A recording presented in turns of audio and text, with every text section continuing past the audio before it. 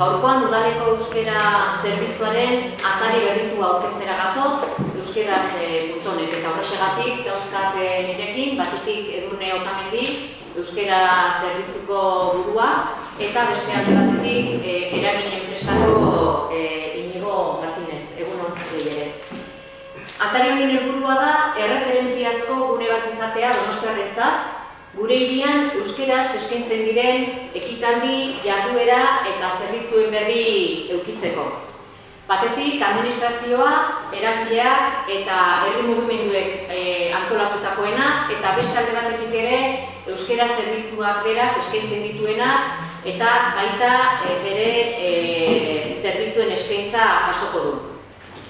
Herritarrari informazioa hobeagoa, zabalagoa eta hurbilagoa ematea izan da berrikuntza honen asmoa. Batetik, edukia ulerterrazagoa da orain, eta hortaz hurbilagoa egiten zaio herritarrari, bisitariari. Bestalde batetik, diseinua erabat berritu da, aldatu da, edukiei protagonismoa eman zaie, atal ezberdinak bereiztu dira, horretarako kolore desberdinak erabili dira, eta azpiguneak ere badituzte. Hitz bakar batean esan dezakegu ataria erakargarriagoa dela.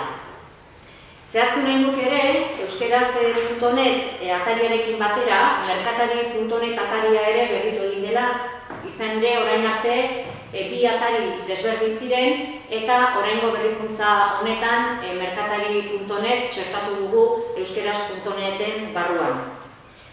Aipatu nahi dizuet ere, euskeraz.net ataria 2003an jarri zela abian, jarri zela martxan, eta 10 urte hauetan edukien etengabeko eguneraketa lanari esker 300.000 bisitari izan dituela. Eta hori azken urte honetan, baina 10 urte hauetan egia esan izan da euskerarekin zerikusia duen informazioaren erreferente bat.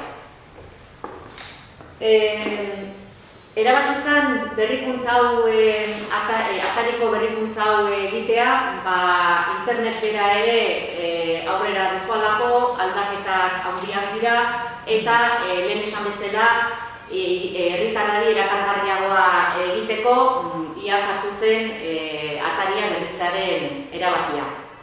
Eta modu honetan, bertako modu eraginkorrago batean beteko ditu atariak bere helburuak.